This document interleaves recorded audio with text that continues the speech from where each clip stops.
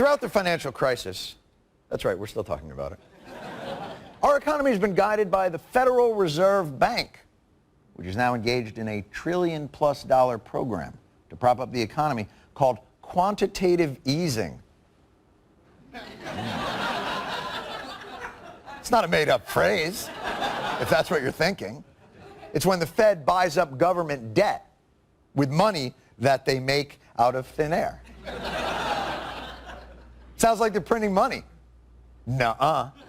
One myth that's out there is that what we're doing is printing money. We're not printing money. See? That's Ben Bernanke, the chairman of the Fed. We're not printing money, we're imagineering money.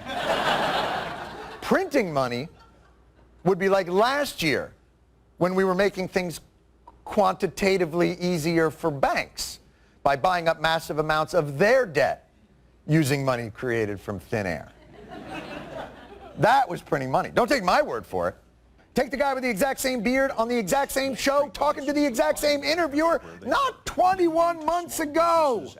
So it's much more akin, although not exactly the same, but it's much more akin to printing money than it is to borrowing. You've been printing money.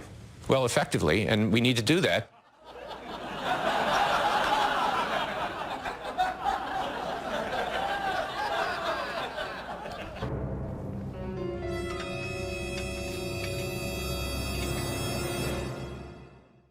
What if you could see the future? What if before 2007 you had found a manuscript that accurately predicted many of the financial events of the last decade and most likely the next decade? It's a play, actually, and it's been seen by more people than any play in history. The live performance started back in 2008 and it continues until this day. However, very few people read this manuscript and in advance and took action and benefited from knowing the future. And the name of the author is Benjamin Shalom Bernanke. His play is Deflation, Making Sure It Doesn't Happen Here, first read before the National Economists Club in Washington, D.C. in November of 2002. And some background on this, all of the world's central bankers, the people that run the global economy, they are all Keynesians. They believe in the theories of this man, John Maynard Keynes. These economists, though, they all tend to use a whole bunch of gigantic words and they want to sound really smart, and it makes people think that they can't understand economics. And economics is actually quite simple. Ben Bernanke is a cryptographer, and he creates a complex language that is hard to see through. There is this smoke and mirrors fog going on, and I'm going to be reading just a little bit of his speech. Keynesians believe in an elastic currency supply where the government can do a bunch of deficit spending and basically spend into the wind in a downturn. They can create currency and spend it and try and get the economy going. The problem is the elastic currency supply never comes back. The way our currency, the way the monetary system is designed is it always has to expand forever or the whole thing collapses in a deflationary implosion. What Ben Bernanke wrote has affected everybody on this planet, especially people in the Western countries, the Western civilizations. It is very important. You're going to see that you can make huge gains if you understand what's going to happen. And so I'll get into his speech here. Deflation is in almost all cases a side effect of a collapse of aggregate demand. The aggregate is everybody. That's like the entire nation or the entire world.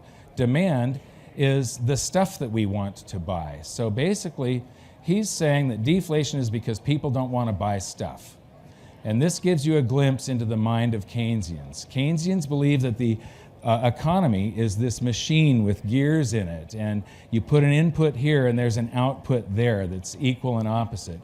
Deflation is because people stop buying stuff. What caused them to buy stuff? Something came before that. The collapse of aggregate demand is a reaction. It's not the cause of deflation. The cause of deflation is either people getting scared because something happened like a stock market bubble popped or there was terrorism like 9/11, and they stop buying. They don't take their friends out to dinner and they don't buy a new SUV. Instead, they sit at home and they eat rice and beans. And it could be because of fear, or it could be that they're just up to their eyeballs in debt and that they can't afford to buy any new stuff because they're paying off the old stuff. So now, the negative interest rates, that's positive proof to me that Keynesian economics doesn't work. These are government bond yields. Countries that represent 1/4 of the world's GDP now have negative interest rates, and Switzerland, the bastion of conservative finance, now has negative interest rates on a 30-year bond. If you were a student in college back in 2007, before the crisis, and you raised your hand and said, "Professor, let's talk about negative interest rates for a little while," that professor would have said, "Sit down and shut up, kid. There's no such thing. Nobody is going to pay for the pain of deferred gratification, of lending currency to somebody for 30 years instead of spending it now and enjoying it." I know this all hurts, but it'll get good in a second here. However, a principal message of my talk today is that a central bank whose accustomed policy rate has been forced down to zero has most definitely not run out of ammunition.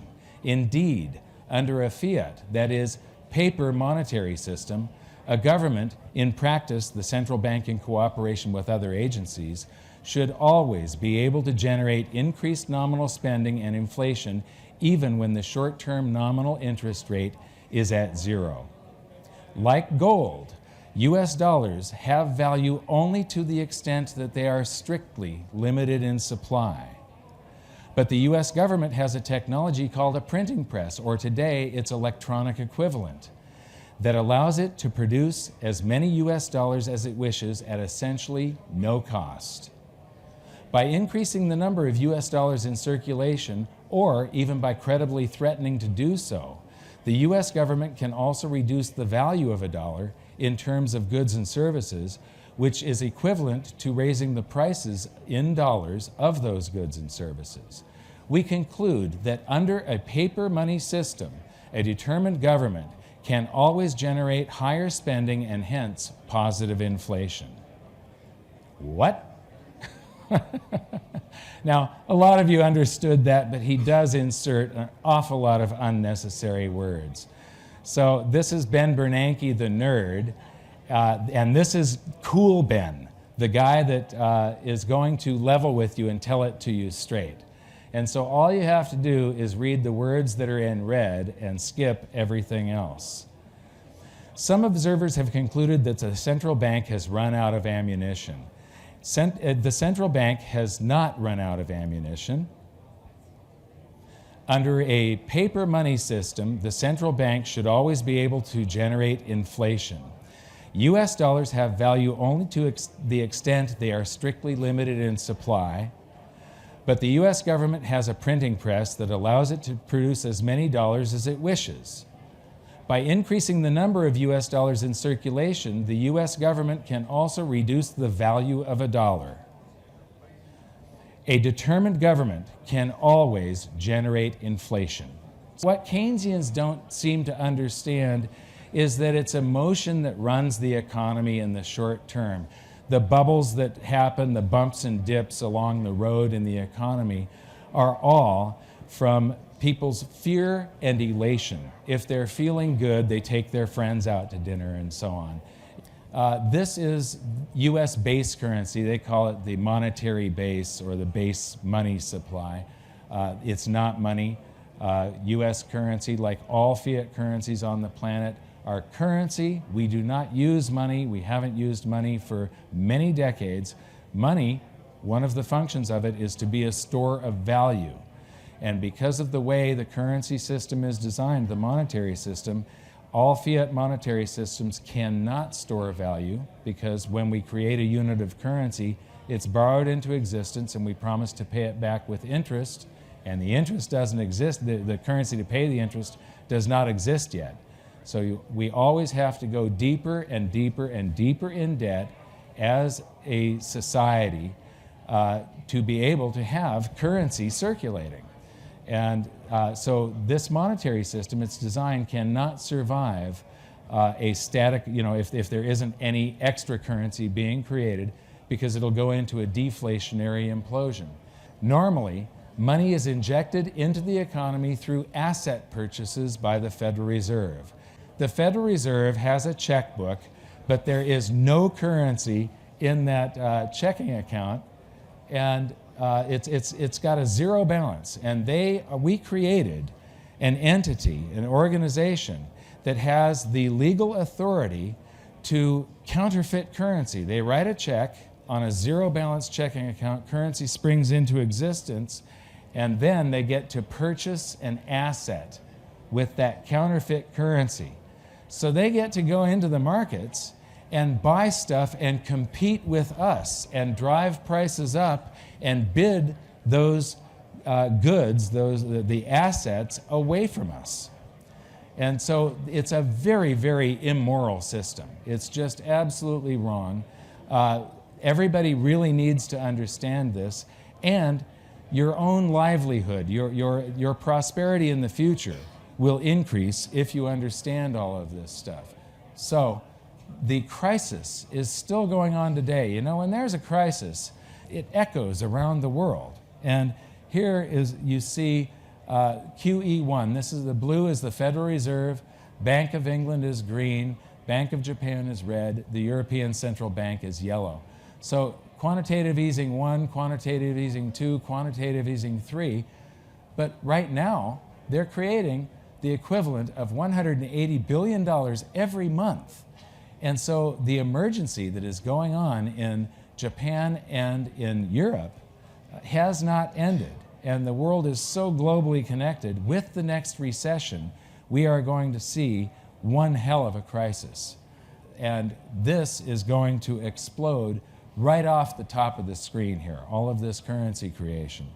I believe that with the next financial crisis, you're going to see all of these repeated, and it will probably be on a much larger scale, because in order to get the same, we now have a base currency supply that instead of 0.8 trillion, it's up at about 3.8 trillion. So they've got to do roughly the same percentage increase off of 3.8 trillion to get the same economic pop that they got from the extra currency that they created in 2009, 10, 11, 12, 13.